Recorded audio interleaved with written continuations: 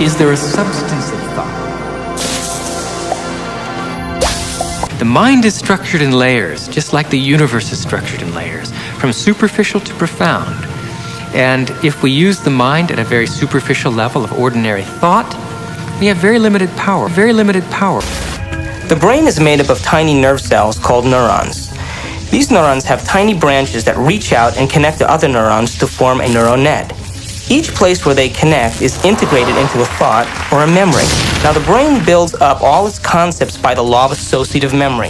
For example, ideas, thoughts, and feelings are all constructed and interconnected in this neural net, and all have a possible relationship with one another. The brain does not know the difference between what it sees in its environment and what it remembers, because the same specific neural nets are then firing.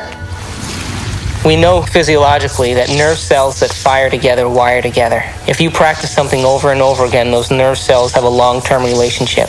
If you get angry on a daily basis, if you get frustrated on a daily basis, if you suffer on a daily basis, if you give reasons for the victimization in your life, you're rewiring and reintegrating that neural net on a daily basis, and that neural net now has a long-term relationship with all those other nerve cells called an identity.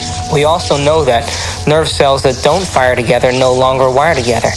They lose their long-term relationship because every time we interrupt the thought process that produces a chemical response in the body, every time we interrupt it, those nerve cells that are connected to each other start breaking the long-term relationship.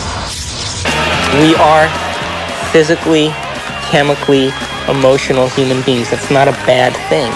It only becomes a limitation when we keep accessing those same emotions and those same attitudes on a daily basis and go nowhere in terms of our change or evolution in our life.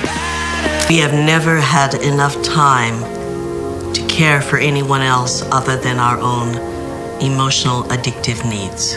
We keep quantum physics and the understanding very simple for the layperson, that our observation has a direct effect on our world.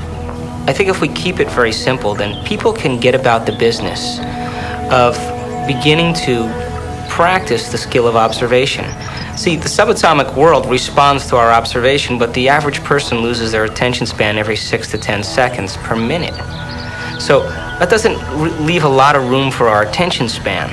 So how can the very large respond to someone who doesn't have the ability to even focus and concentrate? Maybe we're just poor observers. Maybe we haven't mastered the skill of observation, and maybe it is a skill. And maybe we're so addicted to the external world and so addicted to the stimulus and response to the external world that the brain is beginning to work out of response instead of out of creation.